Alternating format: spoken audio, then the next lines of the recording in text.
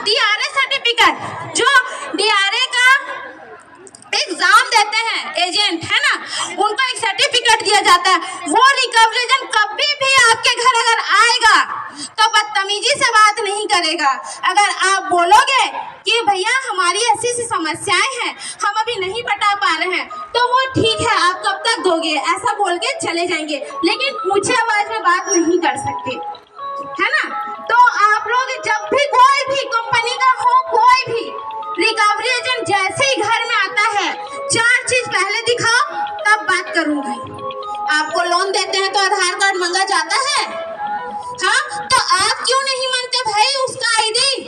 आपका अधिकार है ना। हमें कैसे पता कि वही रिकवरी एजेंट अभी तक उसी बैंक में काम कर रहा है? हो सकता है वो रिकवरी एजेंट उस बैंक से निकल गया होगा, आपसे पैसे लेके जा रहे हैं, है ना। आपको कैसे पता रहेगा? नहीं रहेगा। तो जो 4 चीजें लेके नहीं आते हैं, ऐसे रिकवरी एजेंट यदि घर में आते हैं, तो मैं यहाँ सबके सामने बोल रही हूँ, ऐसे रिकवरी एजेंट को पकड़ के तरीके से मारो और थाने ले जाओ, है ना। ऐसे रिकवरी एजेंट को मारो और थाने ले जाओ। आपको पता नहीं है, यहाँ पे छत्तीसगढ़ में बहुत सारे समूह लोन चल रहे हैं, वहाँ महिलाएं नहाने जाती हैं धमतरी के कुकरेल गांव में। रिकवरी एजेंट उसके बाथरूम के दरवाजे में खड़ा होता है और बोलता है कि दरवाजा खोल के रखो, नहा रहे हम यहीं खड़े होंगे।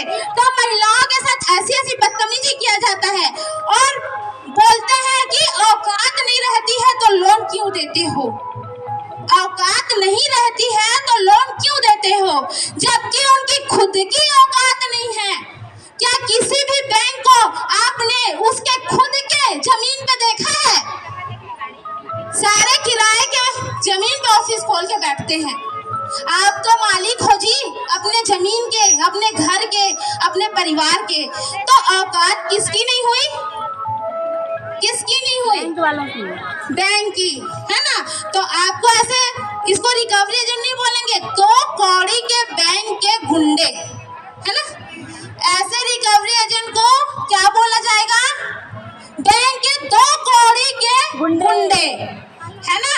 तो आप लोग अपने अधिकार जानिए। आपका तो माफ करना पड़ेगा सरकार को, चाहे कोई भी सरकार हो। हम ये नहीं बोल, हम राजनीति नहीं कर रहे हैं यहाँ पे, है ना, कि कांग्रेस है, भाजपा के, किसी सभी संगठन को मिलकर आपकी लड़ाई लड़नी है, आपको न्याय दिलाना है। क्योंकि आप लोगों ने जानबूझ के कर्जा नहीं लिया है, आप लोग को कर्जे की दलदल में फंसाया गया है। मानते हो ना। यहाँ तक कि पता है रिकवरी एजेंट भानु प्रतापपुर कांकेर जिला, वहाँ के एक व्यक्ति ने एक किस्त न पटा पाने के कारण मात्र 500 का किस्त, कितने का? 500 का किस्त नहीं पटा पाया था, 2 दिन लेट हुआ था बस। उसमें उस व्यक्ति को इतना टॉर्चर किया गया था कि वो व्यक्ति वीडियो बना के मुझे व्हाट्सएप किया था।